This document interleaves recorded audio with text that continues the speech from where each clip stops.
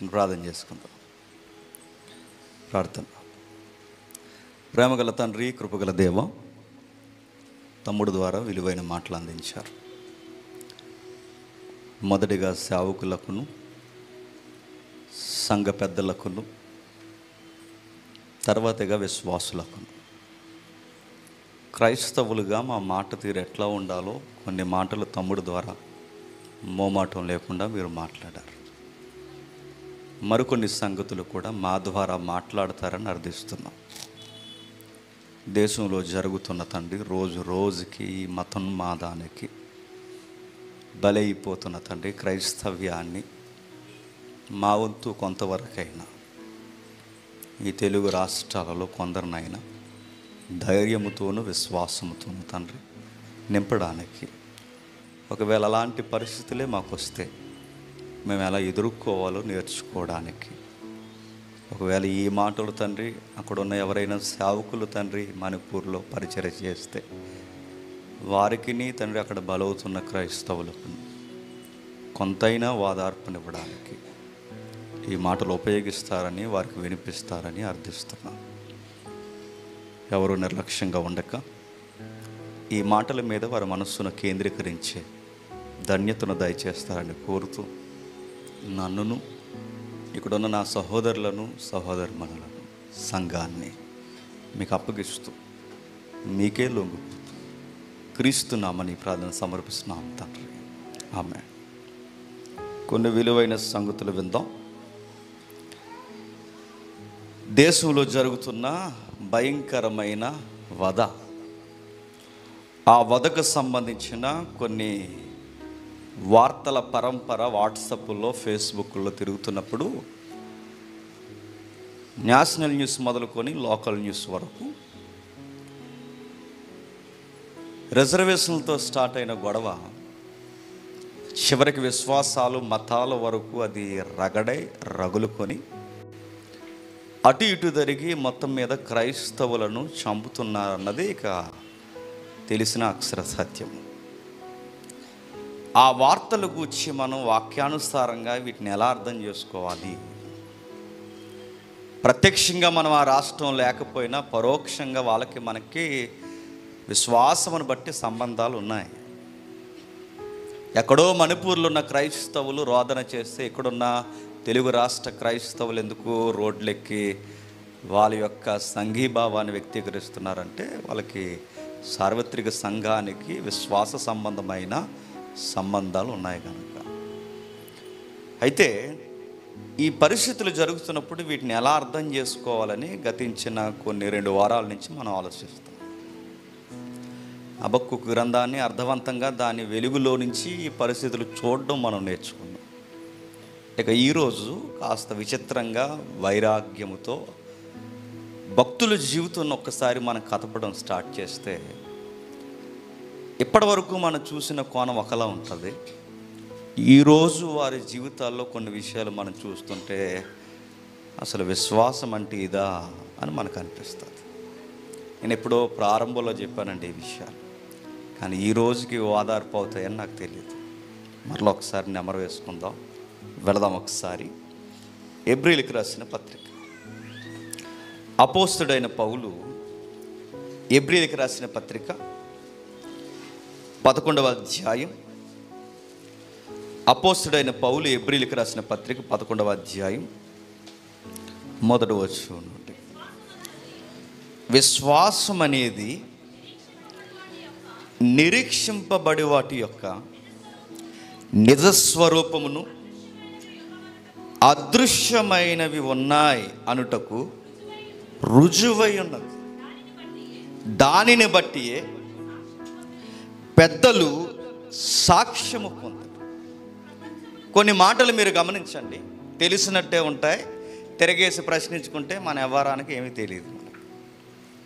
మనతో వచ్చిన గొడవ ఏంటంటే బైబిల్ అర్థమైనట్టు ఉంటుంది, కానీ ప్రశ్నించుకుంటే మనకేం అర్థం అవుతుంది. వీలైతే ఆ ఫ్యాన్ కొంచెం తగ్గించండి. మనకు చూస్తున్నట్టుగా తెలుస్తున్నట్టుగా అనిపిస్తే ఆ పదాలు మనకు అర్థమైపోతున్నట్టే అనిపిస్తుంది, కానీ మనకేం అర్థం అవుతుంది. ఎందుకంటే సండే స్కూల్ లెవెల్ నుండి క్రిస్టియన్ కల్చర్లో పెరిగిన చాలామంది సహోదరులు సహోదరుమణులు ఉంటారు కనుక ఆ పదాలు అలవాటు. విశ్వాసము, నిరీక్షణ, మరణత, రాకడ. ఈ పదాలు మనకు అలవాటు అయ్యా కనుక అలవాట్లో మనం చదువుతున్నాం. కానీ ఒక మాట అడుగుతున్నాను, అసలు ఈ అధ్యాయం ఏంటి అని అడిగితే విశ్వాసాన్ని పరీక్షించే అధ్యాయం. ఎప్పుడో ఈ వర్తమానానికి పెట్టుకున్న టైటిల్ ఏంటంటే, అప్పుడు వేరు, ఇప్పుడు చెబుతున్నది కాస్త ఇంకా అర్థవంతంగా. అక్కడ పెట్టుకున్న టైటిల్ ఏంటంటే నాకు నచ్చిన టైటిల్ బైబిల్ హీరోస్ టైటిల్. అది అందులో కనబడుతున్న ఆ హీరోస్ ఏం చేస్తారు? ఫైట్ చేయరు. అందులో కనబడుతున్న ఆ హీరోస్ ఏం చేస్తారు?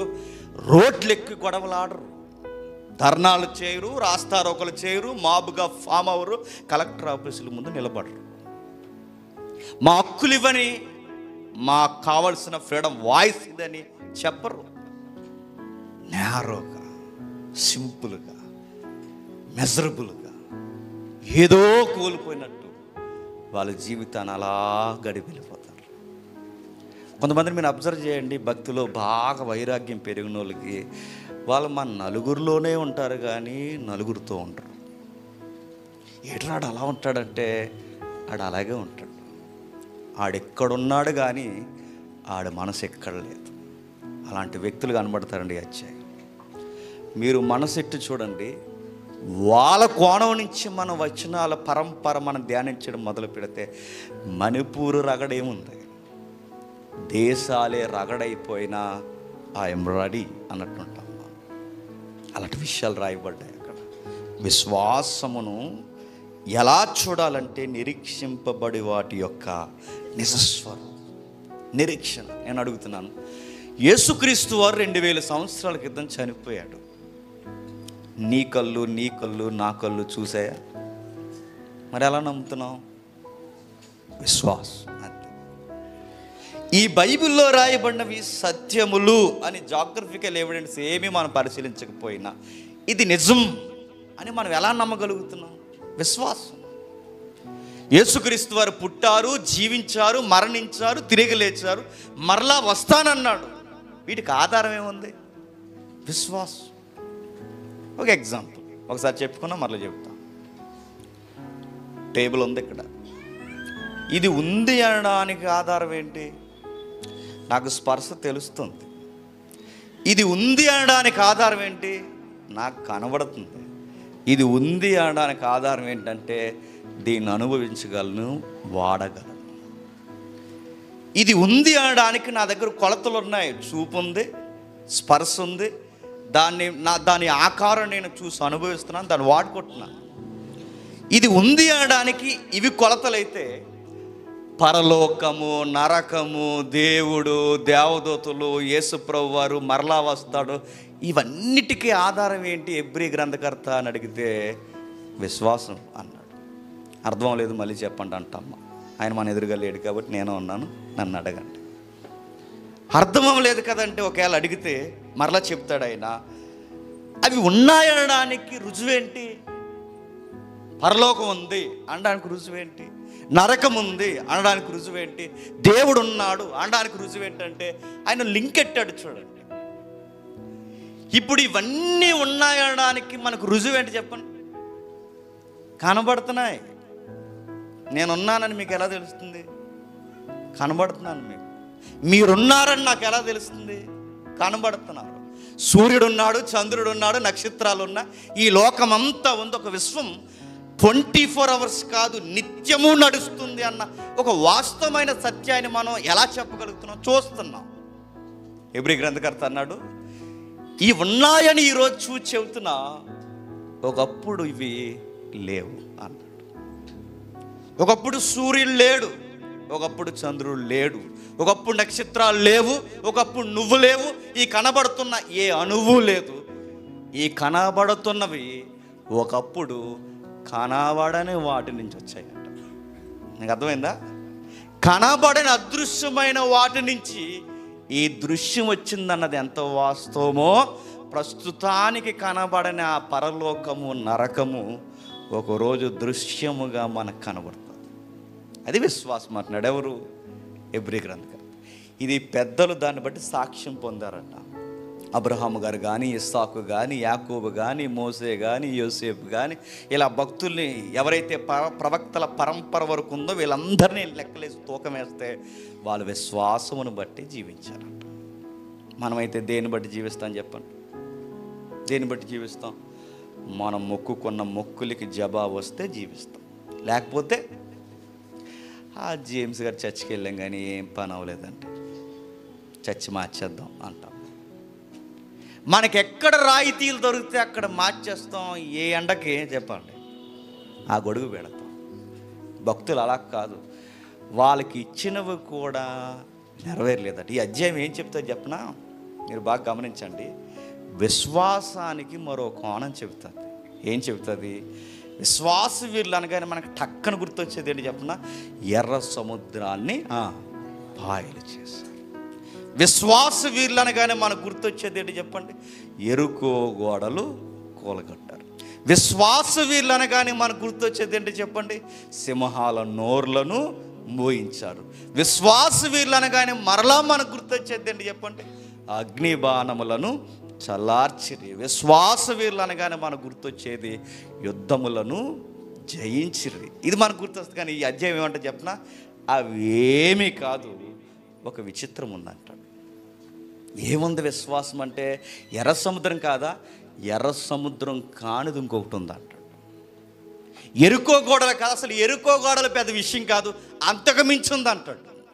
సింహాలు ఎదురుగా గుంపులు గుంపులుగా తెస్టేసి కూర్చున్నాయి. ఆ సింహాల నోళ్ళు విశ్వాసంతో మోయించేశారు. అది కాదు విశ్వాసం అంటే. అది మాత్రమే కాదు, ఇంకా ఉందంటాడు. ఏముందయ్యా అని అడిగితే ఆయన చెబుతున్నాడు. చూడండి, మనకు కావలసిన వచనాలు ఈ వారానికి మాత్రం ధ్యానిద్దాం. 11వ అధ్యాయం 9వ వచనం. 11వ అధ్యాయం 9వ వచనం. విశ్వాసమును బట్టి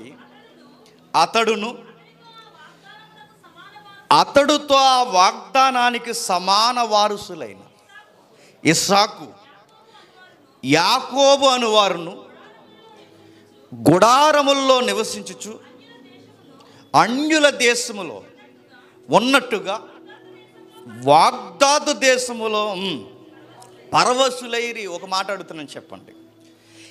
ఈ అధ్యాయంలో కొన్ని వ్యక్తుల జీవితాలు చదువుతుంటే మీరు అంచనా వేయండి. పాత నిబంధన దగ్గర నుంచి కొత్త నిబంధన వరకు వాళ్ళ జీవన విధానాన్ని గమనించండి. అబ్రహాము అంత సీరియస్గా బతకలేదట. ఇస్సాకు తన కొడుకులు, 2 కొడుకులు పుట్టారు కదండి, కుదురులేని కొడుకులు. ఆ 2 కొడుకులు పుడితే వాళ్ళు ఇష్టం వచ్చినట్టు చేసుకుంటూ వెళ్ళిపోతుంటే ఏమనకుండా అలాగ చావు కొరకు ఎదురు చూశాడట. యాకోబు 25 ఏళ్ళు ఊడిగం చేసి రేపో మాపో అమ్మాయి అనుకునే సమయానికి 2 భార్యలు చనిపోయి కూతురిని ఎవడో పాడు చేస్తే, ఆ పాడు చేసిన కార్యానికి కొడుకులందరూ మర్డర్ కేసులో ఉంటే, వీళ్ళందరూ ఇలా తిరుగుతుంటే చిన్న కొడుకుని ఓ పక్కన అంతకుముందే అమ్మేస్తే, ఇవన్నీ జరుగుతున్న వేళ తోడుగా ఉండాల్సిన భార్య కూడా చనిపోతే యాకోబు ఎలా చచ్చిపోయాడు చివరికి దినాలంటే ఏదో అమాయకుడిగా గుప్పుడు మెతుకులు తిని అలా బతికేద్దామన్నట్టు యాకోబు ఎలా బతికాడో చెప్పనా? ఎలా బతికాడంటే ఇదిగో చూడండి, యోసేపు మీద అలా ఆనుకొని బతికి చచ్చిపోయాడట. వీళ్ళని ఏముందో చెప్పండి బైబిల్? విశ్వాస వీరులు. విశ్వాస వీరులు అనగానే మనం ఏమనుకుంటామండి? ఇందాక తమ్ముడు అన్నాడు, నన్ను ఎవడైనా ఏమన్నా అంటే చెప్పండి, పిడిగడిపోవును గాక మై ఫెయిత్. ఏమనుకుంటున్నావు అంట. ప్రభు ఇదిగో నా విశ్వాసం బట్టి అడుగుతున్నాను, బస్సు ఇంకా రాలేదు, ఏమనుకుంటున్నావు అంట. బస్సు వచ్చేయాలి ఇప్పుడు మనం, ఎందుకంటే దేశాన్ని పరిపాలించి ఎగ్జామ్స్ రాయడానికి వెళ్తున్నాం మనం. మన విశ్వాసాన్ని నేను అడుగుతాను, నేను అడుగుతున్నాను, చాలా సీపుగా మనం బిహేవ్ చేస్తాం విశ్వాసంలో. విశ్వాసంతో ప్రార్థన చేశాను ప్రభువా, మొన్న నుంచి రాలేదు వాలంటీర్ ఏంటో మరి. నువ్వు చేసిన ప్రార్థనకే రాలేదనుకుంటా. మన పదాలు ఎక్కడ ఉపయోగిస్తున్నాం చూడండి, అసలు బాగోదు మన విశ్వాసం. ఎప్పుడో చెప్పాను కదండి, మరలా మీకు చెప్తున్నాను. రేపటి నుంచి నేను దేవుడితో మాట్లాడినానయ్యా అంది. ఏ అమ్మ అన్నాను నేను. నాకు మొన్న నుంచి జవాబు రావట్లేదు అన్నయ్య అంది. అంటే ఎవరితో మాట్లాడో? మీ డాడీతో నన్ను కాదు, ఆ డాడీతో మాట్లాడినా. ఆయన నా మాట అంటలేదు, రేపు నుంచి నేను మాట్లాడినట్టు ఏంటి? ఈ బోడి జవాబు ఏదో ఆ పనికిమాలి విషయానికి లేండి, ఆ పనికిమాలి విషయానికి జవాబు రాలేదనట. ఎవరితో మాట్లాడదట? అంటే ఎరగొట్టోడు ఎవరు లేక ఇలాంటి మాటలు వస్తున్నాయండి. దేవుడు అంటే మీరు గెలిపించుకున్న ముఖ్యమంత్రి అనుకుంటున్నారా? దేవుడు అనుకుంటే దేవుడు అనగానే మీ పంచాయతీ ప్రెసిడెంట్ అనుకుంటున్నారా? దేవుడు అనగానే మీ ఇది నెంబర్ అనుకుంటున్నారా? దేవుడు అనగానే ఏమనుకుంటున్నారు? అంత చీపుగా చూడకండి. దేవుడు అనగానే మనకు అర్థం కావాలి. దేవుడు అనగానే ఇదిగో ఆయనతో మాట్లాడు కూడా రాదు. అసలు విశ్వాసాన్ని ఎలా కొలవాలో కూడా మనకి రాదు. వాళ్ళని చూడండి, రేపో మాపో ఎలక్షన్ పెట్టినా పెట్టకపోయినా ఈ ఐగుప్తికి ఫరో తర్వాత ఫరో అంత డోడివి, కింగ్ ఆఫ్ కింగ్ నువ్వేనంట. అంటే మోసే అన్నాడట, నాకు వద్దు సార్ అన్నాడు. మనమైతే ఏమంటాం చెప్పండి? పిచ్చా నీకు ఏమైనా కింగ్ వంట నువ్వు అంటే మనం ఏమంటాం చెప్పండి? మనమైతే ఏమంటాం చెప్పండి? అడ్డదారులు ఇంకేమన్నా ఎదుక్కుంటాం మన కింగ్ అయిపోవడానికి. మోసేని రేపే నువ్వు రాజువట. ఇదిగో ఫరో ఒప్పుకున్నా ఒప్పుకోకపోయినా ఒక్కసారి ప్రజల మధ్యకు వచ్చి ఇలా నువ్వు చెయ్యెత్తి ఐగుప్తీ దేశాన్ని నా ఆయామలో నేను పరిపాలిస్తానంటే ఎస్ నువ్వే ఈ రోజు నుంచి మాకు రాజు అని ప్రతిపక్షం కూడా లేకుండా నీ పక్షాన్ని పబ్లిక్ నిలబడతారంటే మోసే అన్నాడట, నాకు అంత సీరియస్గా సింహాసనం వద్దు సార్ అన్నాడట.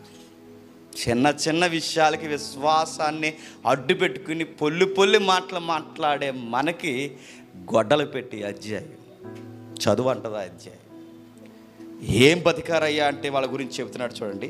విశ్వాసమును బట్టి అతడుతో ఆ వాగ్దానానికి సమాన వారసులైన ఇస్సాకు యాకోబులను వారు గుడారముల్లో నివసించి, ఆ మాట మీకు ఎలా ఉందో చూడండి. దేశాన్ని దేవుడు అలా రాసిచ్చేసిన డాక్యుమెంట్ మీద ఎవరికి అబ్రహాం గారు దేశాన్ని అండి. మీకు ఎలా ఉందో నాకు తెలియదు కానీ దేశం వద్దు. కానీ ఈ టౌన్లో మనకు ఒక 3 సెంట్లు రాసేస్తే ఏం చేస్తాం? పక్కన ఖాళీగా ఉంది, ఏం చేస్తామంటే నిలబడమే. ఇంక మనం నిలబడతాం. టౌన్లో మనకు అరెకరం ఉందనుకోండి, చెప్పండి, నిలబడము గాక నిలబడు. అరెకరం కాదు, ఎకరం కాదు, 2 ఎకరాలు కాదు, 10 ఎకరాలు కాదు, ఒక జిల్లా కాదు, ఏకముగా దేశమే అబ్రహాంకి ఇచ్చాడు. దేశం అంతా తెచ్చి అబ్రహాంకి ఇస్తే అబ్రహాం గారు ఏం చేశారు చెప్పండి? ఒక మూలకు పోయి పచ్చని చెట్టు ఏది ఉందో చూసుకుని దానికి ఆనుకునేలా కొంచెం దగ్గరగా ఆ ఏదైతే వృక్షాలు ఉన్నాయో అక్కడికి పోయి కొంచెం నడవదగినంత దూరం చూసుకుని ఆ పక్కన ఆ టెంట్లు వేసుకుని గుడారాలు వేసుకుని అలా బతికేశాడట. నేను అడుగుతున్నానండి, కొన్ని విషయాలు మనం మాట్లాడుకుంటే కానీ అర్థం. అబ్రహాం గారి దగ్గరికి వెళ్ళి, సార్ మీకు విషయం అడుగుతున్నాను, దేశమంతా మీదే కదా సార్, మీరు ఎంత సింపుల్గా అలా గుడారం వేసుకు బతికేస్తున్నారు, మీకు ఏంటి అసలు? మీరు అనుకుంటే ఇక్కడ ఈ మొత్తం ఈ ఎకరాలు అమ్మి ఆ ఎకరాలతో వచ్చిన డబ్బుని మీరు ప్యాలెస్ కట్టేసుకోవచ్చు, అలా సింపుల్గా మీరు గుడారం వేసేసుకున్నారు ఏంటి సార్ అంటే ఆయన అంటాడు, నాకు పెద్ద మనసు లేదండి అంట. ఎందుకు మనసు లేదు నీకంటే, నా వెనకాల కొంచెం సేపు ఉండండి అర్థం వద్దు అంటాడు. నాకు అంత సీరియస్గా బతకాలని లేదు సార్. ఎందుకు బతకరంటే, ఎంత సీరియస్గా బతికిన ఇక్కడ ఆయుష్కాలం ఎంత సార్ చెప్పండి? 70, మొలకెత్తిన విత్తనాలు తింటే 80, అవి కూడా తినకపోతే చెప్పండి. అధిక బలం అంటే కథ ఎక్సర్సైజ్ మెయింటెనెన్స్ చేస్తే 80, అది కూడా చెప్పండి ఆయాసము దుఃఖమే. మనకు స్టోరీ చదివాను నేను. క్షమించండి, తమిళనాడుని కర్ణాటకని గడగడలాడించిన మీసాల రాయుడు అడవిరాముడు ఎరప్పన్ ఎలా చచ్చిపోయాడు తెలుసు? ఎరప్పన్ ఎదురు కాల్పులు చేసి చంపేసే తర్వాత విషయం. కానీ ఏరప్పని చనిపోవడానికి సీరియస్ విషయం ఏంటి చెప్పినా, ఆడికి 52 సంవత్సరాల వయసు దాటిన తర్వాత ఆయనకి కళ్ళు మందగించాయి. ఆ కళ్ళు మందగిస్తే ఆ కంటాపరేషన్ చేయించుకోవడానికి ప్రభాకర్ అని పిల్లే అప్పుడు శ్రీలంక మీద యుద్ధాలు చేస్తున్నాడుగా, మాకు ప్రత్యేకత కావాలి మా తమిళియన్స్ కానీ ఎల్టీటీ ఆయన ఎవరైతే ఉన్నాడో ఆయనతో టైఅప్ ఇదిగో నాకు వైద్యం చేయించు, తర్వాత నేను ఏదో అలా లొంగిపోయి నేను కలిసిపోతానని చెప్పి అక్కడి నుంచి బయలుదేరి ఆ కంటి ఆపరేషన్ చేయించుకోవడానికి బయలుదేరి వెళుతూ ఉండగా పోలీసులు దొరికారు, ధడ కాల్చి చంపేశారు. 2 రాష్ట్రాలను అటు కర్ణాటకని ఇటు తమిళనాడుని గడగడలాడించిన ఏరప్పని ఎలా చనిపోయాడంటే కంటు చూపు మందగి చచ్చిపోయాడు. అర్థమవుతుందంటే ఎంత వీరులైనా, ఎంత సూర్యులైనా, ఎంత ప్యాలెస్లు కట్టుకున్నా, ఎన్ని మనం చేసుకున్నా, ఎంత పేరు ప్రఖ్యాతులు తెచ్చుకున్నా, ఎంత ప్రజలను పోగేసుకున్నా, ఒకరోజు అక్షర సత్యమేంటి చెప్పండి, చచ్చిపోతాం. మొన్న ప్లేస్ లేక సుధాకర్ నేను ఒకే బెడ్ మీద పడుకున్నాం మొన్న వైజాగ్. నా పక్కన పడుకున్నాడు. ఎందుకు మాటల సందర్భంలో నేను సుధాకర్తో అన్నాను, ఒకరోజు చచ్చిపోతాం కదా మనం అన్న. అనోడు అంటాడు, నాకు అప్పుడప్పుడు పెద్ద డౌట్ అవుతుంటుందని. చచ్చిపోతాం ఏంటో మరి అన్నాడు. నిజంగానే చచ్చిపోతామండి. నాకు అప్పుడు అనిపిస్తుంది, పెద్ద ఫైట్ చేసిన ఇందిరాగాంధీ చచ్చిపోయింది, 2 రాష్ట్రాలను వడిగించిన ఏరప్పని చచ్చిపోయాడు, పెద్ద రాజులు చనిపోయారు, అందరూ చనిపోతారన్న విషయం అబ్రహాము గుర్తుండి అన్నాడట. ఏదో రోజు వెళ్ళిపోయే నాకు అంత సీరియస్గా ఇక్కడ ప్యాలెస్లు కట్టుకోవాలని నాకు లేదు సార్. ఏదో అలా ఉన్నంతకాలం ముక్కు మూసుకుని అలా మా ఆవిడతో నచ్చిన కూర వండేసుకుని ప్రార్థన చేసుకుని అలా బతికేసి చచ్చిపోతాం. అర్థం అవడం కానీ కూర ఎక్కడ ఉందని అడగండి. అంత సింపుల్గా బతికేస్తాను. నన్ను సింపుల్గా నాకు అలా బతికేయాలని ఉంది సార్. నాకు దేని గురించి అంత ఫైట్ చేయాలి, ఏట్రా మా హక్కులు లాగేసుకుంటున్నారు వాళ్ళ మీద ఫైట్ చేయాలి, ఇది మా భూమి అని ఆ లోపలికి సరువు దాటి వచ్చిన వాటితో ఫైట్ చేయాలి. అసలు ఇలాంటివి ఏమి లేదు సార్. ఉన్నంతకాలం ఆ దేవుని కోసం ఏదో ఒకటి చేసి మెల్లగా ముక్కు మూసుకుని బతికేసి వెళ్ళిపోతుంది సార్. పైగా ఆయన అన్నాడు, ఏదో పరదేశంలో ఉన్నట్టున్నాడు. ఆ దేశం ఎవరిదండి? ఎందుకని? అబ్రహాము గారు. అబ్రహాము గారి దేశంలో ఎలా ఉన్నాడట? పరదేశం. మీకు ఎలా అర్థమవుతుంది చెప్పనా? ఎప్పుడైనా అద్దింట్లో ఉన్నారా? అద్దింట్లో ఉన్నప్పుడు చాలా జాగ్రత్తగా ఉంటామా. ఒక మేకు కొట్టాలంటే భయం, ఎందుకంటే అది అద్దిల్లు. దానిలో కొత్తగా ఎవరినైనా తీసుకురావాలంటే భయం, అద్దిల్లు. వాష్రూమ్లో వాటర్ ఎక్కువ వాడితే భయం, అద్దిల్లు. ఎన్ని రూల్స్ అండి. ఆడు ఏమనరు, వానరు వచ్చి ఇలా చూస్తాడు, పైనుంచి కిందకి అలా గోడలు మన ఎంగ చూస్తాడు. ఆ చూపే అర్థమైపోతుంది, త్వరగా మనం పంపించేలో అన్నాడు. వాళ్ళు మీరు చూడండి, అద్దింట్లో ఎప్పుడైనా మనం స్వేచ్ఛగా ఉండగలమండి? అడ్జస్ట్ అయ్యి అడుగుతుంటే, ఏం సార్ కొంచెం మేకు కొట్టుకుంటాం సార్, సార్ ఏమనుకోనంటే తాడు కట్టుకుంటాం సార్, ఏమనుకోనంటే ఇలా సార్. ఎందుకు ఎలా ఉంటుంది చెప్పనా? ఆ ఇల్లు మందగా. అబ్రహాం కూడా ఎగ్జాక్ట్ ఎలా ఉన్నాడు చెప్పనా? ఏదో పరాయి ఇంట్లో ఉన్నట్టు, ఏదో అద్దింట్లో ఉన్నట్టు, ఏదో పరాయి దేశం ఉన్నట్టు అలా అడ్జస్ట్ అయ్యి బతికేశాడంట. నాకు అంత సీరియస్గా బతకాలని లేదు సార్. ఎందుకు అలా బతకాలని లేదంటే ఆయన అంటున్నాడు, తాను చెప్తున్నాడు చూడండి, గుడారముల్లో నివసించచ్చు అన్య దేశములో ఉన్నట్టుగా వాగ్దాదు దేశములో పరవాసులైరి. ఆయన ఇల్లు కట్టుకునే విధానం చెప్తుందట. ఏమని? నాకు ఇది స్థిరమైనది కాదు అని. ఈ అధ్యాయం ఏం చేస్తుంది చెప్పిన? ప్రతి ఒక్కరిని పదే పొడి చేస్తుందండి. ఏమంటుందంటే, అసలు నువ్వు ఎలా జీవిస్తున్నావు అని అడుగుతుంది, నువ్వు ఎలా బతుకుతున్నావు అని అడుగుతుంది. ఒక భక్తుడు విశ్వాసంలో బతికినవాడు ఒకవేళ ఇంట్లో పోరు తట్టుకోలేక ఇల్లు కట్టాడు అనుకోండి. ఒక భక్తుడు, ఆయన పేరు నాకు సరిగ్గా గుర్తులేదు, ఆయన ఏమంటాడు చెప్పనా? ఆయన ఇల్లు కట్టాడట తన భార్య, ఎందుకంటే ఆయనకున్నంత విశ్వాసం వెనకాలకు ఉండదు కదండి. వాళ్ళ వల్ల ఒక ఇల్లు కట్టుకున్న తర్వాత ఆయన ఇంటి దగ్గరికి వెళ్ళిపోయి ఎవ్వరు లేని టైంలో ఇలా గోళ్ళ మీద చేసి, దేవా ఇది నాకు స్థిర నివాసము కాదు, ఎప్పటికైనా దీన్ని వదిలేసి నేను వచ్చాను. నాకు ఇది నిలువరమైన నివాసం కాదు, ఇది స్థిరమైన నివాసం కాదు, ఇందులో నాకు ఉండాలని లేదు, ఏదో ఒక రోజు నేను ఇక్కడి నుంచి రావాల్సిందే. నేను మాట్లాడుతున్నాను, అబ్రహాం జీవితంలో మిరాకిల్ ఒకే ఒకటి ఉంది. అది కాకుండా మిరాకిల్ ఏమైనా ఉంది చెప్పండి? అబ్రహాం జీవితంలో పెద్ద అద్భుతాలు ఏమైనా ఉన్నాయా? పెద్ద ఏమి లేవండి, పెద్ద అద్భుతాలు ఏమి లేవు అబ్రహాం జీవితంలో. ఒక కొడుకు పుట్టడం తప్ప. ఆ కొడుకు పుట్టిన తప్పుడు ఇంకా అద్భుతాలు ఏమున్నాయి? దేశం ఇచ్చాడు, పక్కకు పోయి టెంట్ వేసుకున్నాడు. దేశం ఇచ్చాడు, పక్కకు పోయి ఆ నివాసంలో ఏదో మెల్లగా బతికేశాడు. ఆ దేశంలో ఎప్పుడు వెళ్ళిపోతానని అలా బతుకుతున్నాడు. ఎందుకు సార్ అంటే 90-100 ఏళ్ళుండి మనకి ఎందుకు సార్ అంత సీరియస్గా?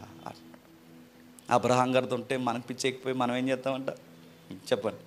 ఉంటే ఆయనతో విశ్వాసంలో కొనసాగుతాం, లేకపోతే లోతుగారిలాగా చెప్పండి పచ్చగా ఎక్కడ స్థలాలు ఉన్నాయో అక్కడ చూసుకుని వెళ్ళిపోతాం. అప్పుడప్పుడు ఇలాంటి మాటలు మనం చెప్తుంటే, అప్పట్లోనే మాటలు చెప్తా అన్నారు, వీడికి ఏదో అయిపోయి ఉంటుంది అన్నారు.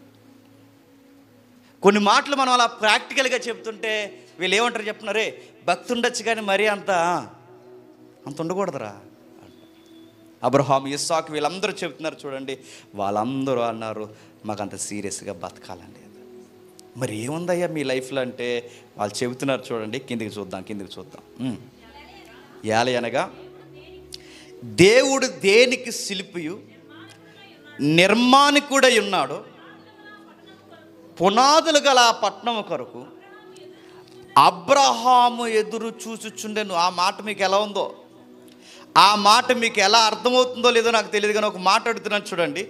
అబ్రహాము గారు ఇంత సీరియస్గా బ్రతకకపోవడానికి కారణం ఏంటి చెప్పండి? పునాదులు గల పట్టణం. అబ్రహామేనా, తర్వాత ఇంకెవరైనా ఉన్నారా? ఆ వాగ్దానానికి సమాన వారసుడు ఎవరట? ఇస్సాకు. ఇప్పుడు అబ్రహాము గారు చనిపోతే నామినీ నేమ్ ఎవరిది ఉందండి? నెక్స్ట్ ఇస్సాకు గారిది. ఇప్పుడు ఇస్సాకు గారు కూడా ఏం చేశారట? సేమ్ టెంట్ వేసాడట ఆయన కూడా. ఇస్సాకు గారి తర్వాత మరలా నామినీ నేమ్ ఎవరిదట? యాకోబు గారు. యాకోబు గారు కూడా ఏం చేశారట? లేటుగా అర్థమైన లైట్ లేటుగా వెలిగినా ఆయన కూడా ఏం వేసాడట? గుడారం వేసాడు. మీరందరూ ఎందుకు ఇలా గుడారాలు వేస్తున్నారు? అసలు మీ మీ మీ లైఫ్ ఏంటయ్యా? ఏదో ఇన్యాక్టివ్గా ఉంటారు, ఏదో అలా డల్లగా బతుకుతుంటారు. అసలు మీ లైఫ్ అంతా ఏమనుకుంటున్నారంటే వాళ్ళు ఒక విషయం చెప్తారు, మేము క్లైమ్ చేయాలనుకుంటున్నది ఈ భూభాగం కాదు, మేము పోరాటం చేయాలనుకుంటున్నది ఈ భూభాగం కాదు, ఇది మాది అని ఫైట్ చేయడానికి మాకు అస్సలు ఇంట్రెస్ట్ లేదు, మాకు కావాల్సిందల్లా పునాదులు గల పట్టణం. నాకు భయం వేసే విచిత్రమైన మాట ఏంటి చెప్పనా? అబ్రహాం లైఫ్లో అప్పటికే సంసారం గొడవలు జరుగుతున్నాయి. అబ్రహాం గారి జీవితంలో కూడా సంసారం గొడవలు ఉన్నాయి. అబ్రహాం గారి లైఫ్లో పక్క సంసారం గొడవలు జరుగుతున్నాయి. అప్పటికి బిడ్డ పుట్టడం లేట్ అయింది. ఆ పుట్టిన బిడ్డను తీసుకెళ్ళి బలిపీఠం ఎక్కించే కార్యక్రమం జరుగుతుంది. ఇదంతా పక్క జరుగుతుంది. అబ్రహాం గారికి బిడ్డ పుట్టడం లేటు, బిడ్డను తీసుకెళ్ళి మరలా ఇదంతా చేస్తుంటే అబ్రహాం జీవితంలో గొడవలు ఇవన్నీ మనం చదువుతున్నప్పుడు మీరు గమనించండి. అబ్రహాం గారి పక్కన ఇంత జరుగుతుంటే మరో పక్కన ఆయన మైండ్ ఎక్కడ తిరుగుతుందట? పునాదులు గల పట్టణం. ఏంటి, మనకు గొడవలు ఉంటేనేమో సంఘంలో ఉంటాం, సంఘంలో ఉంటేనేమో చెప్పండి ఇక ఏ విషయాన్ని పట్టుకోకండి తిరుగుతాం. అబ్రహాము గారి జీవితాన్ని చూడండి, ఆయన ఎంత ఎలా ఉన్నాడు. ఓ పక్క భార్యతో సంసారం పోరుంది, మరో పక్క బిడ్డలు లేని పోరుంది, మరో పక్క దేశంలో శత్రువుల గోలుంది, ఆయన చుట్టూ ఎన్నో గొడవలు ఉన్నాయి. ఇన్ని ఉన్నా ఆయన లోపల మాత్రం ఒక పునాదేసి కూర్చున్నాడు. ఎక్కడ? పునాదులు గల పట్టణం అంటే పరలోకం, ఎప్పటికైనా నేను వెళ్ళిపో. ఆశ్చర్యకరమైన మాట అని చెప్పినా, ఆ రోజుల్లోనే ఆయనకి పరలోకం ఉందని ఎలా తెలిసిపోయిందండి? అది విచిత్రం. ఆ రోజుల్లోనే పరలోకం ఉందని ఆయనకి ఎలా తెలిసిపోయింది? తెలిసిపోయింది ఆయనకి. ఎందుకంటే విశ్వాసమును బట్టి అదృశ్యమైన ఉన్నాయని ఆ పెద్దలు నమ్మారు. శాశ్వతమైనది ఈ భూమి కాదు, శాశ్వతమైనది ఈ దేశము కాదు, స్థిరమైనది ఇది ఏది కాదు, స్థిరమైనది దేవుడు ఉండేది. అందుకే ఎప్పటికైనా మాకు అది స్థిరమైనది తప్ప ఇది స్థిరమైనది కాదని వాళ్ళు ఏం చేశారట?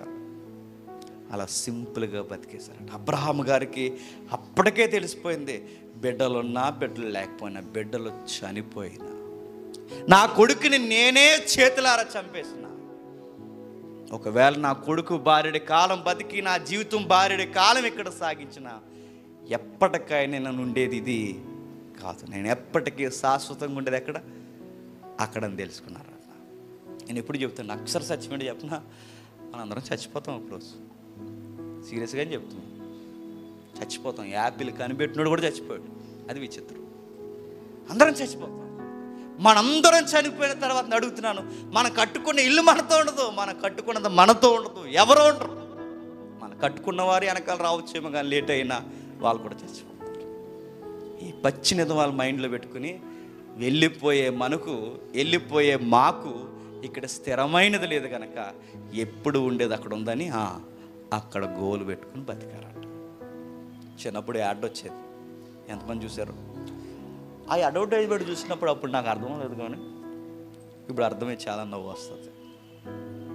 ఐశ్వర్యాన్ని చూపించేవారు, వెంటనే డైమండ్ చూపించేవారు, వజ్రం ఎప్పటికీ ఉంటుంది అని యాడ్ వచ్చేది. అలా చూసారు మీరు ఎప్పుడైనా? ఎందుకు ఆవిడ అలా పరిగెట్టేది? మరి ఎందుకు పరిగెట్టేది? ఎటు వజ్రాలు లేక ఎటు, కానీ అలా పరిగెట్టేది ఐశ్వర్య. అలా పరిగెట్టుకుని వస్తే టక్ మన కంపెనీ వాడు ఒక వజ్రం చేస్తాడు. ఐశ్వర్య ఇలా పెట్టుకుని, ఇలా గోల్డ్ రింగ్ ఇలా పెట్టుకుని ఆ వజ్రాన్ని మనకు చూపించి, వజ్రం ఎప్పటికీ ఉంటుంది. నాకు పెద్ద డౌట్, వజ్రం ఎప్పటికి ఉంటుంది? పెట్టుకున్న ఆవిడ ఎన్ని రోజులు ఉంటుంది? అది నా డౌట్. ఆవిడ ఉంటుందా?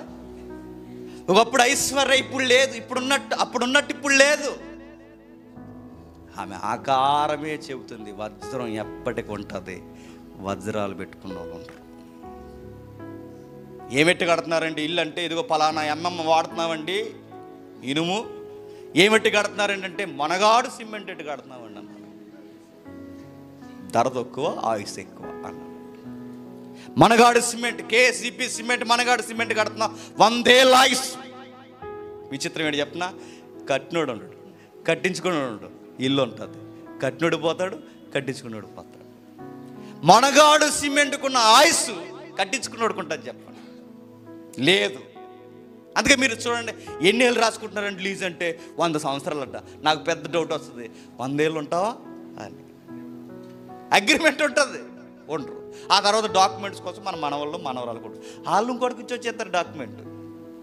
ఎవరుండరు. మీరు చూడండి, మనకి ఈ అధ్యాయం ఏం చెప్తుందంటే, అబ్రహాము జీవితం, ఇస్సాకు జీవితం, యాకోబు జీవితం, వీళ్ళు ఎందుకు అలా నేరోగా ఉండిపోయారు, ఏదో చిన్నగా ఆ విషయాలు ఎందుకు చిన్నగా చూశారు. ఇస్సాకు దగ్గరికి వచ్చి, ఇదిగో మీ నాన్నగారు భూభాగం అంట నీదేనంటగా, ఆ శత్రువులు వచ్చారు, ఆ ఫిలిస్తీన్లు వస్తున్నారు, ఈ కానాను భూభాగంలో ఉన్న ఈ జాతి తెగలు వచ్చి మీ భూభాగాన్ని ఆక్రమించి బావిలు తవ్వేస్తున్నారంటే ఇస్సాకు అంటే, ఇస్సాకు ఏమంటాడు చెప్పనా, తవ్వుకుంటే తవ్వుకొని అంటాడు. మీ సొంత భూభాగంలో ఎవడో వచ్చి బావిలు తవ్వేస్తున్నాడంటే ఇస్సాకు ఏమంటాడు చెప్పండి, తవ్వుకుంటున్నారా, తవ్వుకొని అని, అందరు నీళ్ళు తాగండి అంటాడు. మనమైతే ఏమందామండి, మన ఇంట్లో బావి తవ్వేస్తే ఏమంటామండి, ఏమన్నా ఆడు గొయ్యి తవ్వేస్తాం, మనం బావి తవ్వేస్తే ఏమంటాం, ఊరుకుంటామా? మన ఇంట్లో బావిలు తవ్వకూడదు, కానీ మన ఇంటి పక్కన గజం ఎలా వస్తే ఎరా పంచాయతీ అయిపోద్దేమో అనుకుంటున్నాం అంట. గొడవలు అయిపోతాయి. ఒక అడుగు ఎలా జరిగితే, ఒక జానేలా సొంత అన్నదమ్ములు జరిగితే, సొంత అన్నదమ్ములే బయటలు కూడా వద్దు, సొంత అన్నదమ్ములు జరిగితేనే కొడుకు చచ్చిపోతాం, భూభాగాల కోసం చచ్చిపోతాం. మీ భూములు ఎవడో లాక్కొట్టున్నాడు, మీ భూములు ఎవడో తవ్వుతున్నాడు, మీరు కట్టిన కట్టడాల మీద కూడా మొక్కు వేసి కూర్చున్నారని భక్తులు చెబితే వాళ్ళు అన్నారట, తీసుకుంటే తీసుకోండి సార్, ఫైట్ చేయరు, రోడ్లు ఎక్కరు. ఎందుకంటే కట్టడాలు ఉంటాయి తప్ప కట్టించిన వాళ్ళు ఎప్పటికీ ఉంటారు. నేను ఈ మాట చెప్పొచ్చు లేదో కానీ, అప్పుడప్పుడు కొన్ని సంఘాల్లో కొన్ని విధానాలు జరుగుతాయి.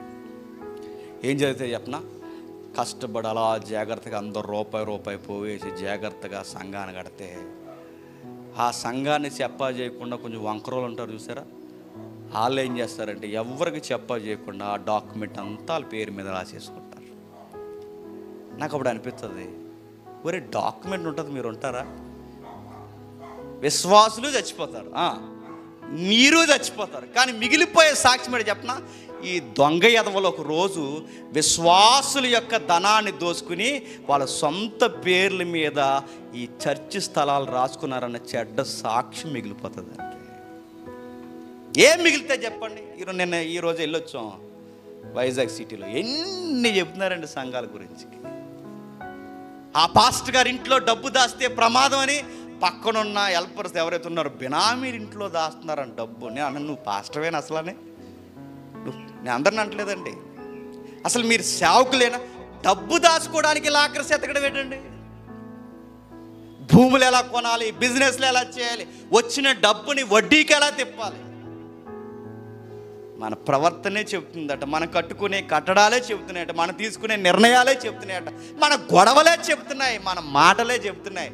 మనకి ఏమాత్రం పునాదులు కలిగిన పట్టణం మీద మనకు విశ్వాసం ఉంది, మన బతుకే చెప్పేద్దట మనకి ఏమాత్రం విశ్వాసం. అబ్రహాము, ఇస్సాకు, యాకోబుల జీవితాలు మీరు చూడండి. యాకోబు ఏం సాధించాడండి? ఏం సాధించాడు చెప్పనా? 25 ఏళ్ళు లేదా 20 ఏళ్ళు కష్టపడి సంపాదించి ఆ సంపాదన అంతా పట్టుకెళ్ళి ఎవరికి ఇచ్చారండి? ఎవరికి ఇచ్చారు చెప్పారు? కష్టపడి తన అన్నయ్య యాసావుకి ఇచ్చేశాడు. ఇంతకాలం కష్టపడి దాచిపడింది ఎవరికి ఇచ్చో, పెట్టుబడి కట్టే శత్రువైన ఎవరికి ఇచ్చాడు చెప్పండి? వాళ్ళ అన్నయ్యకి ఇచ్చాడు, తీసుకో. భార్య చనిపోయింది, బిడ్డలు చనిపోయారు, కుటుంబం అల్లకుల్లోలం అయిపోయింది. యాకోబు, ఏ విషయం కొరకు బతుకుతున్నావయ్యా అంటే, ఇదిగో ఈ అవసాన కాలమందు దేవుని అనుభవాల మీద ఆనుకొని బతుకుతున్నాను, త్వరగా వెళ్ళిపోతే బాగుంది అంటాడు. విశ్వాసమును బట్టి నేను మాట చెప్పనా, వీళ్ళ ముగ్గురు జీవితాలు చూస్తుంటే ఒక వచనం లింక్ ఎట్టి మాట్లాడతారండి. ఏ వట్టినాడో చూడండి ఒకసారి, 13వ వచనం. వీరందరూ ఆ వాగ్దాన ఫలములు అనుభవింపకపోయినను దూరము నుండి చూసి వందనము చేసి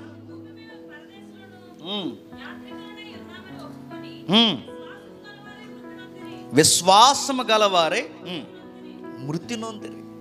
ఏంటట?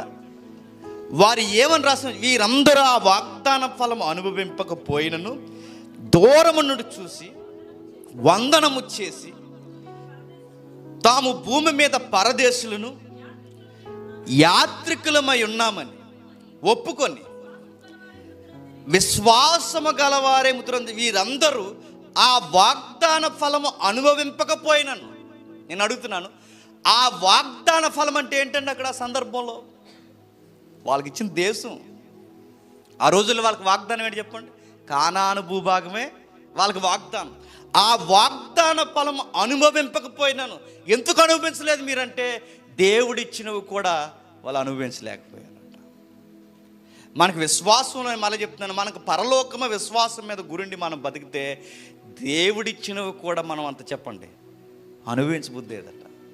ఇదిగా ఈ దేశాన్ని నీకే ఇచ్చేసాడు దేవుడు, మొత్తం ఏరియా అంతా నీదంటే, బిల్డింగ్ అంతా నీదేనంట, మరి జాగ్రత్తగా తీసుకుని నువ్వు బతికంటే వాళ్ళు ఇలా చూసి ఇలా అంటారట, ఈ ఏరియా అంతా మాదేనండి, మీదే అంట, ఈ బిల్డింగ్ కూడా మీద దేవుడు మీకు ఇచ్చాడంటే వాళ్ళు అంటారట, అలా వందనం చెప్పి, దేవా థ్యాంక్స్, బాగుంది, కానీ మాకు వద్దు ప్రభువా అంటారట.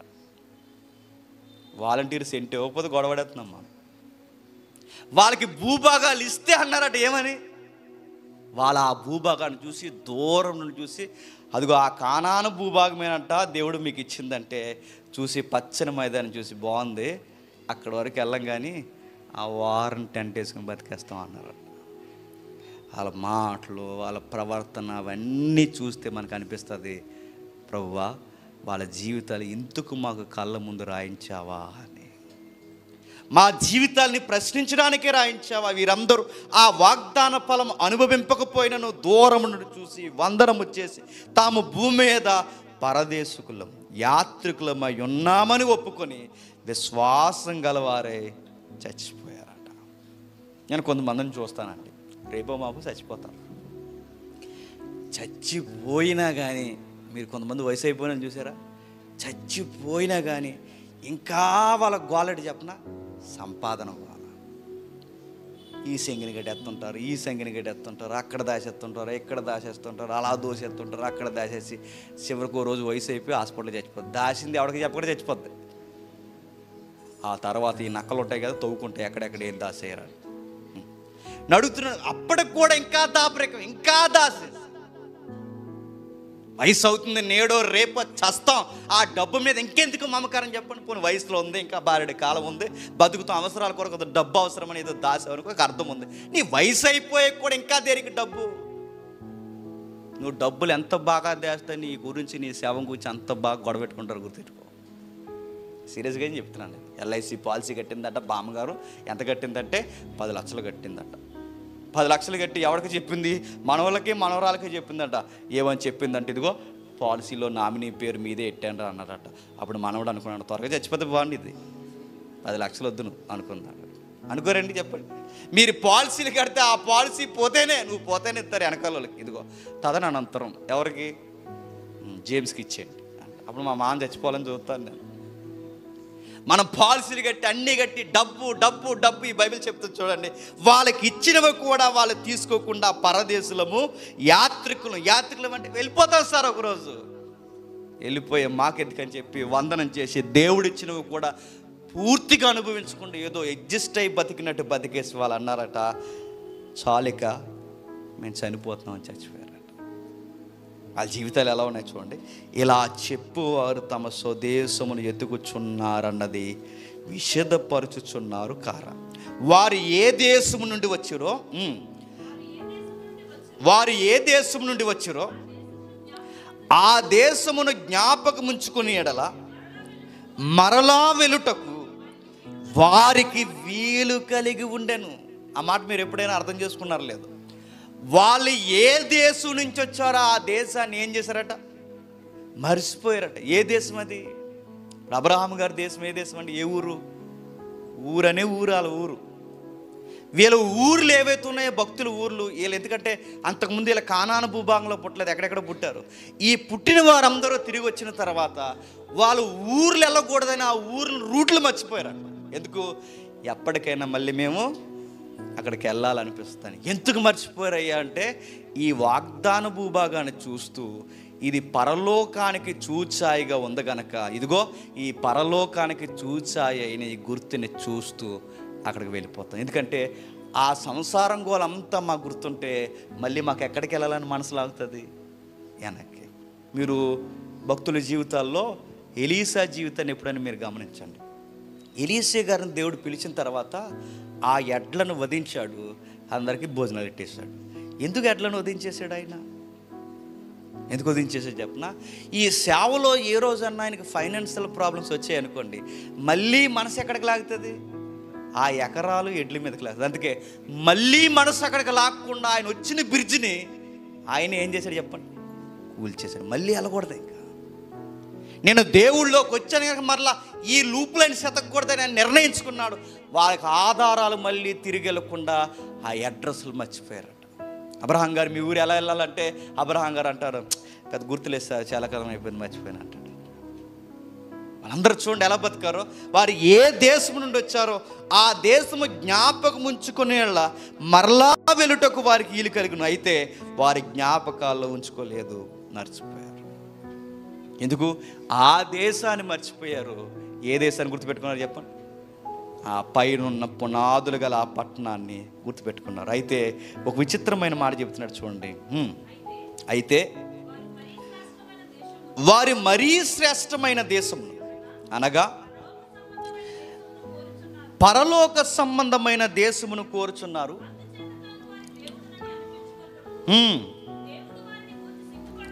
దేవుడు వారిని గూర్చి సిగ్గుపడ్డ ఒక మాట్లాడుతున్నాడు చూడండి. దేవుడు వారిని గూర్చి సిగ్గుపడ్డట.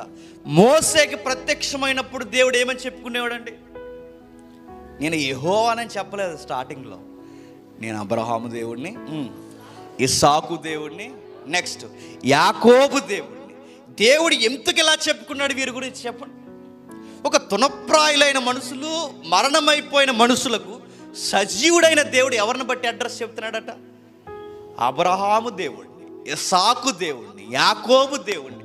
వాళ్ళ పేర్లు ఎందుకు చెబుతున్నావు ప్రభువా అంటే, వాళ్ళ విశ్వాసమును బట్టి మృతి పొందారు గనక వాళ్ళ దేవుడిని గొప్పగా చెబుతున్నాడట. వాళ్ళ పేర్లు చెబుతూ ఆయన పులకిస్తున్నాడు చూడండి. వాళ్ళ పేర్లు చెప్తుంటే వాళ్ళ పేర్లను బట్టి కూడా పరాయి వ్యక్తులకి దేవుడు తనను తాను పరిచయం చేశాడు. అసలు బైబిల్లో ఈ ముగ్గురికి ఇచ్చిన ఇలాంటి సర్టిఫికెట్ ఎవరికి ఇవ్వలేదండి. నేను అబ్రహాము దేవుడిని, ఇస్సాకు దేవుడిని, యాకోబు దేవుడిని. ఎందుకు ఆ పేరు పెట్టావు ప్రభు అంటే, వాళ్ళు ఒక మాట అన్నారట. ఏమన్నారంటే, వాళ్ళ దేశాన్ని మర్చిపోయారు, ఇచ్చిన వాగ్దానాన్ని మర్చిపోయారు. మీరు ఇక్కడ చక్కగా సుఖంగా బతకండి అంటే నీవు ఇచ్చినవి కూడా మాకు వద్దన్నారు. వారి విశ్వాసంతో మృతి పొందారు. అందుకు వాళ్ళ పేర్లు చెబుతున్నాను. నేను ఈ మాట చెప్పొచ్చో లేదో నాకు తెలియదు కానండి, అబ్రహాం గూర్చి రోమిలికి పత్రిక రాస్తూ అబ్రహాం గారు ఏమంటారు చెప్పండి? అబ్రహాం గూర్చి రాస్తూ పౌలు గారు అంటారు, ఆయన శరీరాన్ని ఎలా చూసుకున్నాడట, శారం శరీరాన్ని ఎలా చూశాడట. ఇద్దరు బాడీలు చూసుకుంటే ఆయనకు ఒక థాట్ వచ్చిందట, ఇవి మృతతుల్యం అయిపోయిన శరీరాలు. మృతతుల్యం అంటే రేపో మాపో చచ్చిపోతున్నారు. ఆ బాడీని ఇలా చూసుకుని వెంటనే అర్థమవుతుందట, ఆ డొక్కలు ఎండిపోయిన ఆ ఉదరం కానీ, ఆ చెక్కులు ఎండిపోయి, ఎప్పుడైనా వృద్ధులు మొక్కలు చూసారా, ఈ వేలాడిపోయి లోపల ఎముక అలాగా స్ట్రైట్ కనబడుతుందండి. వాళ్ళ ఎముకలన్నీ పైన నెక్ ఉంటే చూస్తే నెక్ బోన్స్ అన్నీ క్లియర్గా కనబడతాయి. అబ్రహాం గారు చూసుకున్నారట, ఇక రేపో మాపు చచ్చిపోతాం అబ్బా అనుకున్నారట. ఆ చనిపోతున్న టైంలో అబ్రహాం గారి దగ్గరికి దేవుడు వచ్చి అన్నాడట, నెక్స్ట్ ఇయర్ మీకు అబ్బాయి పుడతాడు అన్నాడట. అంటే ఏమైపోవాలండి వాళ్ళు? ఇలా కర్రెట్టుకుని ఇలా నడుతుంది ఎవరు? శారమ్మ. నెక్స్ట్ ఇయర్ మీరు ప్రెగ్నెంట్ అవుతారు అన్నారట. ఎలా ఉంటుందండి శారమ్మకి?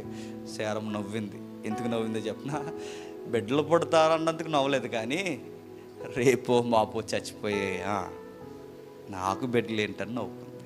ఈ మాట అంటున్నాను, నేను ఇబ్బంది పడకండి.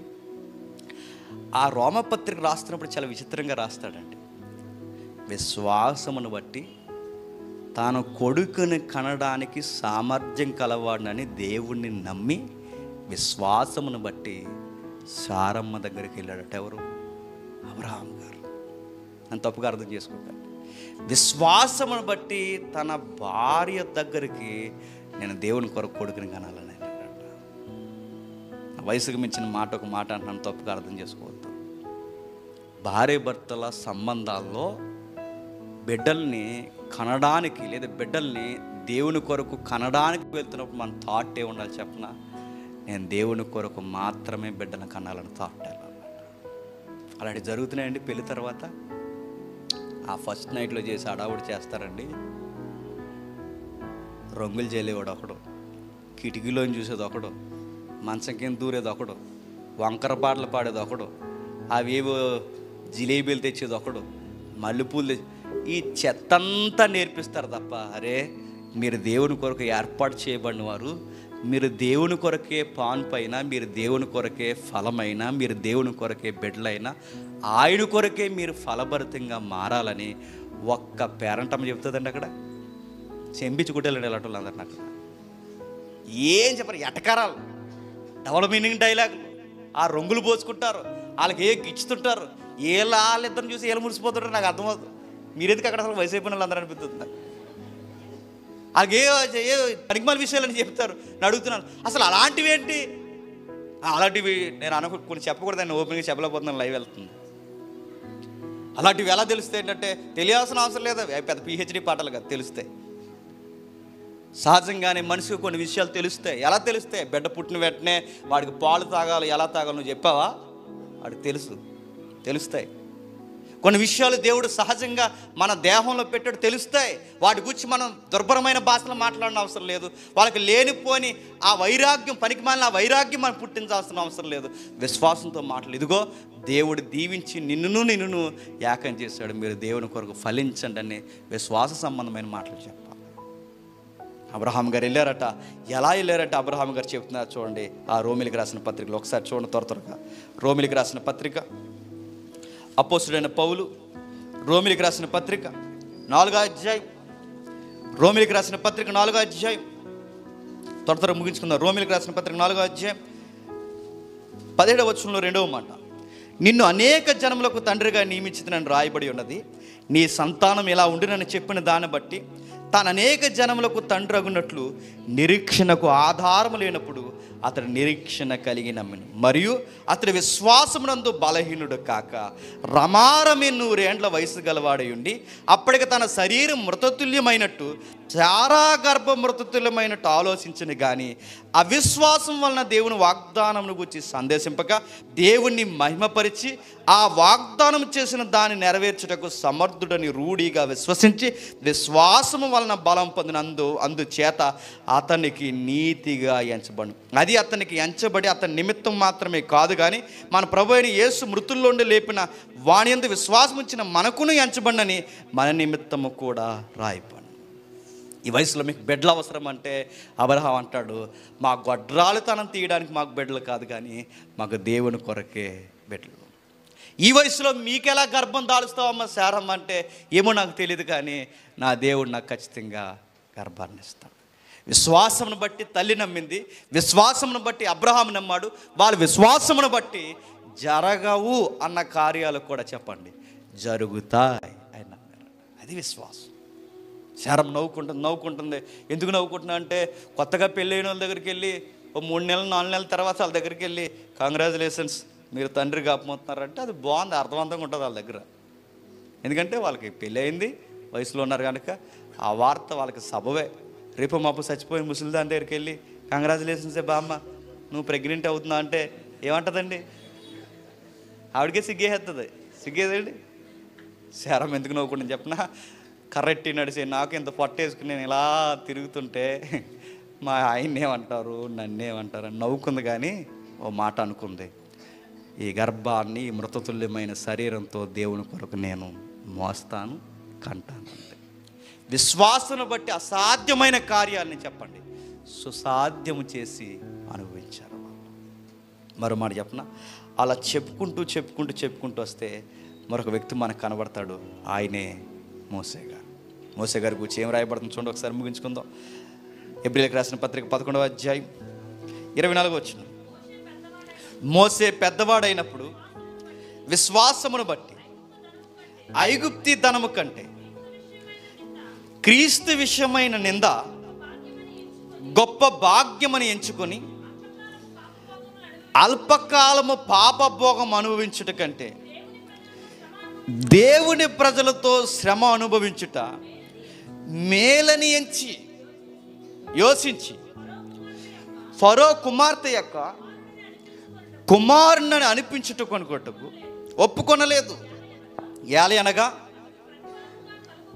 అతడు ప్రతిఫలంగా కలగబోవు బహుమానమునందు దృష్టి ఉంచని ఒక మాట అడుగుతున్నాను చెప్పండి. అక్కడ కొన్ని విచిత్రమైన పదాలు ఉన్నాయి, మీరు ఎన్నిసార్లు చదివారు నాకు తెలియదు. కానీ మోసే పెద్దవాడైనప్పుడు విశ్వాసమును బట్టి ఐగుప్తి ధనము కంటేను క్రీస్తు విషయమైన నింద గొప్ప భాగ్యం అని ఎంచుకొని అల్పకాలము పాపభోగం అనుభవించుట కంటే దేవుని ప్రజలతో శ్రమ అనుభవించుట మేలు అని యోచించాడు. గమనించండి, ఇక రేపో మాపో నువ్వు ఐగుప్తికి ఫరో అయ్యా, ఒక్కసారి నువ్వు ఫరో యొక్క కూతుర్ని అమ్మా అని పిలిస్తే నెక్స్ట్ ఐగుప్తికి కింగ్ ఎవరు? నువ్వే. మరో విషయం చెప్పనా, నువ్వు అమ్మా అని పిలవకపోయినా ఫరో తర్వాత మరలా ఫరో ఎవరు? నువ్వే. ఏమంటావు మోసే అంటే, మోసే అంటాడు నో అంటాను సార్ అన్నాడు. ఏ అంటే ఇదంతా పెద్ద అల్పకాలం సార్ అన్నాడు. ఏ కాలం అంట? అల్పకాలం. నీకు భయం వేసి క్వశ్చన్ అడుగుతాను చెప్పండి, మోసే గారు ఎంతకాలం బతికారండి? ఎంత? 120 సంవత్సరాలు. 120 సంవత్సరాలే అల్పకాలం అంటే చెప్పాలి. ఇంకా మరి మందే కాలం మీకు చెప్పాలి. ఇంకా 120 సంవత్సరాలు ఏమన్నాడు ఆయన? అల్పకాలం సార్. 120 సంవత్సరాలు అల్పకాలానికి ఆ పాప భోగము నాకు వద్దు సార్ అన్నాడు. 120 సంవత్సరాలకే అల్పకాలం అంటే మనది అల్పకాలమా? పోయే కాలం మన, చచ్చిపోవడానికి రెడీగా ఉన్న కాలం. 120లో ఎంతమంది? 60, సగానికి సగం. ఈ 60లో మనకి ఎంత కుమ్ములాట చెప్పండి. ఆ రోజుల్లోనే అరణ్యంలోనే మోసేకు ఒక విషయం తెలిసిపోయిందట. ఏం తెలిసిపోయిందంటే క్రీస్తు విషయమైన నింద గొప్ప భాగ్యం అని. పెద్ద విషయం ఏంటి చెప్పిన, ఆశ్చర్యకరమైన సంగతి ఏంటో తెలుసా? ఆ రోజుల్లోనే ఎవరు తెలిసిపోయారట మోసేకి?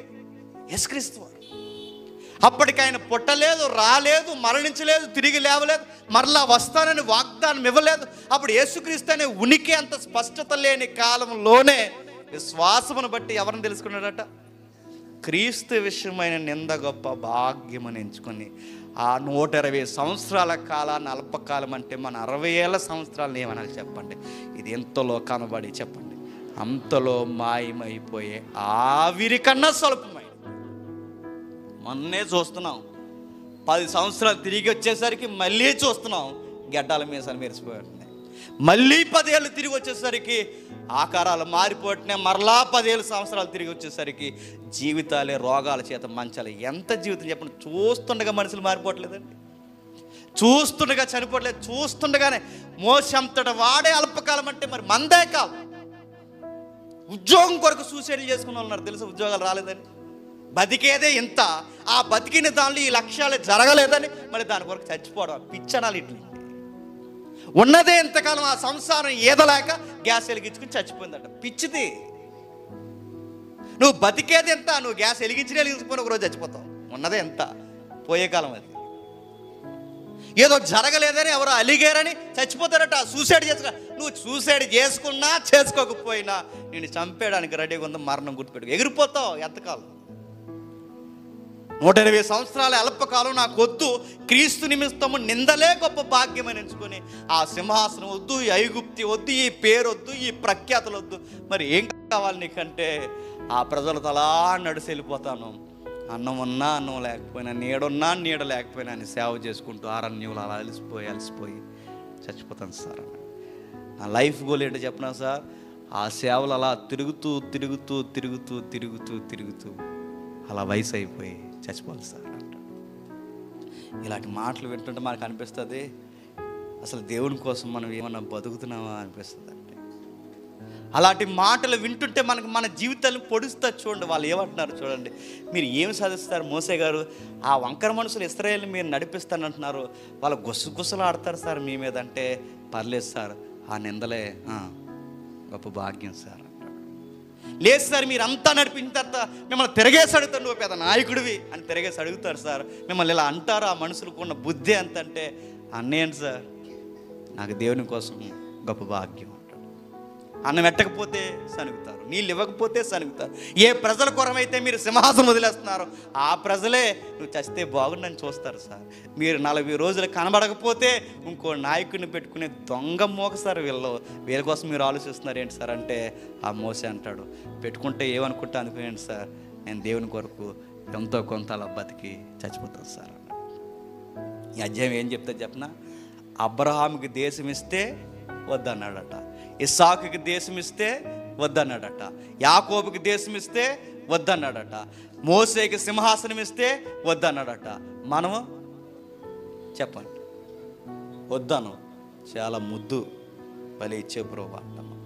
ఈరోజు ఎంత వైరాగ్యం అని చెప్పినా క్రైస్తవ్యంలో ఫ్లైట్ ఎక్కి ఫ్లైట్ ఫోటోలు కూడా తీసి పెడుతున్నారు.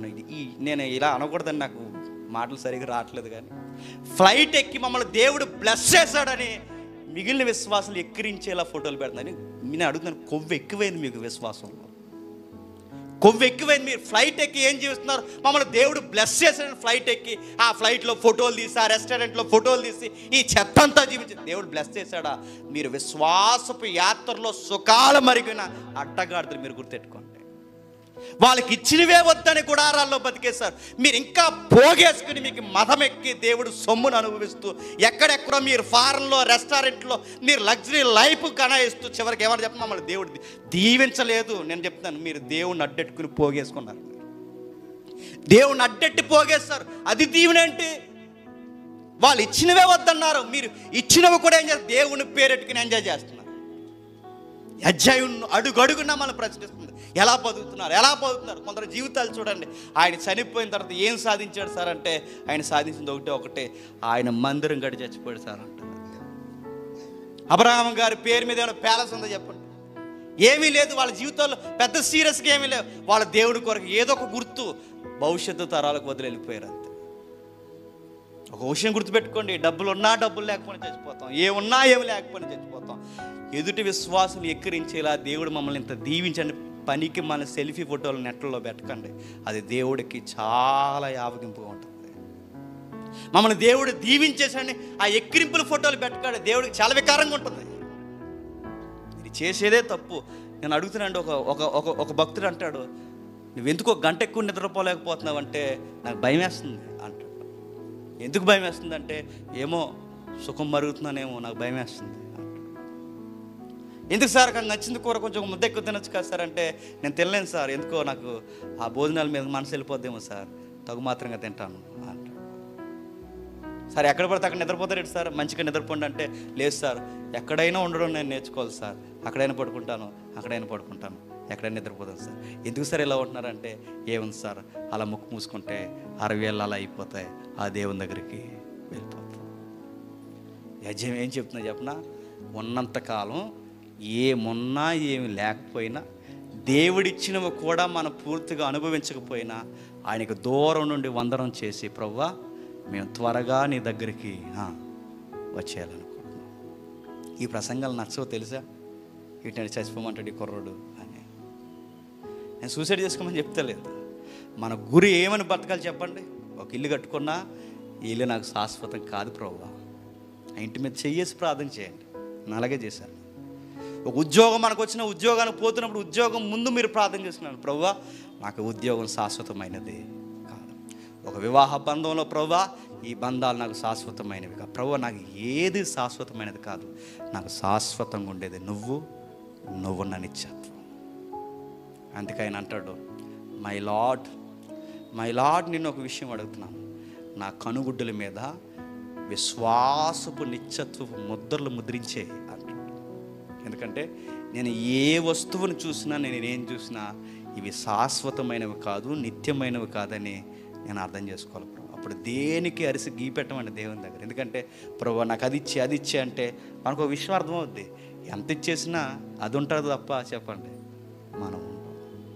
అందుకే అధ్యాయం అడుగడుగుని ఈ వారానికి మనకు నేర్పించింది. ప్రభువా అబ్రహాము దేశం ఇస్తే వద్దన్నాడు, ఇస్సాకుకి దేశం ఇస్తే వద్దన్నాడు, యాకోబుకి దేశం ఇస్తే వద్దన్నాడు, మోసేకి సింహాసనం ఇస్తే వద్దన్నాడు. ప్రభువా ఈరోజు మనం అందాం, ప్రభువా నువ్వు ఏమి ఇచ్చినా ఇవ్వకపోయినా మాకు వాటి మీద మనసు లేదు, నీ దగ్గరికి మాకు రావాలన్నదే నిజమైన విశ్వాసంతో పోతున్నాం. ఈ మాట ఇద్దాం మనం. ఆయన మాట ఇచ్చాడు కానీ ప్రభు అయిన యేసుక్రీస్తు వారు, ఇదిగో నేను ఎలా వెళ్తున్నాను మరలా అలాగే తిరిగి వస్తాను, ప్రస్తుతానికి మీకు అక్కడ స్థలాలు సిద్ధం చేస్తాను. ఈ స్థలాలు మనతో ఉంటాయో లేదో నాకు తెలియదు కానీ, ఈ బంధాలు మనతో ఉంటాయో లేదో నాకు తెలియదు కానీ, ఆ బంధము ఆ స్థలము ఎప్పటికీ చెప్పండి మనతో ఉంటాయి. ఇది నమ్మితే నేను చెప్తున్నాను, ఈ రోజు నుంచి మీకు ఉద్యోగాలు వచ్చినా చెప్పండి, రాకపోయినా నో ప్రాబ్లం. ఎందుకంటే ఏదో బతికి చచ్చిపోతాం. ఎలా బతుకుతామని అనకండి, అడుక్కునే వాళ్ళు బతుకుతున్నారు తెలుసా. పెద్ద సీరియస్గా ఏం బతకాల్సిన ఎలా బతికేస్తామండి, పెద్ద పెద్ద మ్యాటర్ ఏం కదా ఈ రోజుల్లో బతకడం. ఏదోలా బతికేస్తాం. ఎలా బతుకుతాడు, బతుకుతాం అంతే. ఆయన అనుకో ఈ బైబిల్ మాట నేను సవాల్ చేసే మాట వచ్చేవారని చెప్తాను. ఏముండాలి ప్రభు ఈ భూమి మీద బతకడానికంటే పౌలు గారు అంటారు, అన్నము వస్త్రం ఉంటే చాలు. అలా ముక్కు మూసుకుని బతికేస్తాను. అన్నము వస్త్రం ఏంటి, ఓ జత బట్టలట చెప్పండి, తినడానికి తిన్నాడు. అన్నము వస్త్రాలు ఉంటే చాలు బతికేస్తా అంటే దేవుడు మనకు అన్నం వస్త్రాలు ఇవ్వలేదు చెప్పండి. చాలా ఇచ్చాడు, సోఫా సెట్లు ఇచ్చాడు, టీవీ సెట్లు ఇచ్చాడు చెప్పండి, ఇల్లు ఇచ్చాడు, స్పెషల్ బెడ్రూమ్స్ ఇచ్చాడు. ఎన్ని ఇచ్చాడండి మనకి. అన్ని ఇచ్చినా కానీ ఇంకా ఫీల్ అవుతుంది దేవుడు మాకేమేం లేదు. పౌలు గట టయానికి ఇప్పుడు మెతుకులు కట్టుకోవడానికి బట్ట ఇచ్చాడు. చాలు ప్రభువా ఇంకేమవుతుంది, ఎందుకంటే ఇవి చాలు, అలా బతికేసి నీ దగ్గరికి వచ్చేస్తాం. ఇట్టి విశ్వాసము మణిపూర్లో ఉన్నవారు ఇప్పుడు అడుగుతున్నాం. ఆ మణిపూర్లో ఉన్నవారు ఇప్పుడు చచ్చిపోతే ఏమన్నా నష్టం అండి? ఆ చనిపోయేది ఎవరి కోసం చచ్చిపోతున్నారండి? నష్టమే ఉంది. చావును కూడా అందంగా చూడగలం. ఎప్పుడు చూడగలం చెప్పిన, ప్రభువా ఇది మాకు శాశ్వతమైనది కాదు, ఎప్పటికైనా చావాల్సిన వారమే, అది ఇది ఇప్పుడే చనిపోతున్నాం, దగ్గరికి మేము వచ్చేస్తాం అంతే. ఒకరోజు అడిగారట మిషనరీకి, చెప్తున్నారు ముగించేస్తాను, అడవిలోకి వెళ్ళకయ్యా, అడవుల్లోకి వెళ్ళావంటే నేను చంపేస్తారు, ఆ నాగరికత తెలియని ఆ నరమాంస భక్షకులు వాళ్ళని చంపేసి నేను తినేస్తారు, అక్కడికి వెళ్ళకయ్యా అంటే ఆ మిషనరీ ఇలా అన్నాడు. ఏమన్నా తెలుసా సార్, మీకు ఒక విషయం చెప్తాను, నేను చచ్చిపోతే నా దేహాన్ని పురుగులు తినేస్తాయి సార్, అదే నేను బతుకుండగా వాళ్ళ దగ్గరికి వెళితే ఆ మనుషులు తినేస్తారు సార్, మొత్తం మీద నన్ను ఎవరో ఒకరు తినేస్తారు సార్, ఆ తినేసేదేదో నన్ను దేవుని కోసం తినేస్తే నాకు మంచిది సార్, అందుకే నన్ను ఆపకండి వెళ్ళిపోయాడు, ఆ ఏరియాని మార్చాడు. అర్థమైతే మన మాటలు ఎలా ఉంటాయి చెప్పిన, త్వరగా ఇక్కడి నుంచి చెప్పండి. అందుకే ఆ నలుగురిలో ఉన్న ఏదో ఆలోచిస్తాడేట్రా అంటే ఆడు ఈ విషయాలు ఆలోచించాడు చెప్పండి, ఆ విషయాల మీద గురిపెట్టి బతుకుతాడు. ఎందుకు అలా డల్లగా ఉంటావు, ఏది సీరియస్గా తీసుకోవంటే వాడికి ఒక విషయం గుర్తుంది, ప్రభువా నీ కొరకు నేను చేయాల్సినవి ఏమైనా ఉన్నాయా అని లెక్కలేసుకుంటాడు. ఇట్టి విశ్వాసం దేవుడు మీకు దయచేయను గాక. ఆమేన్. ప్రార్థన.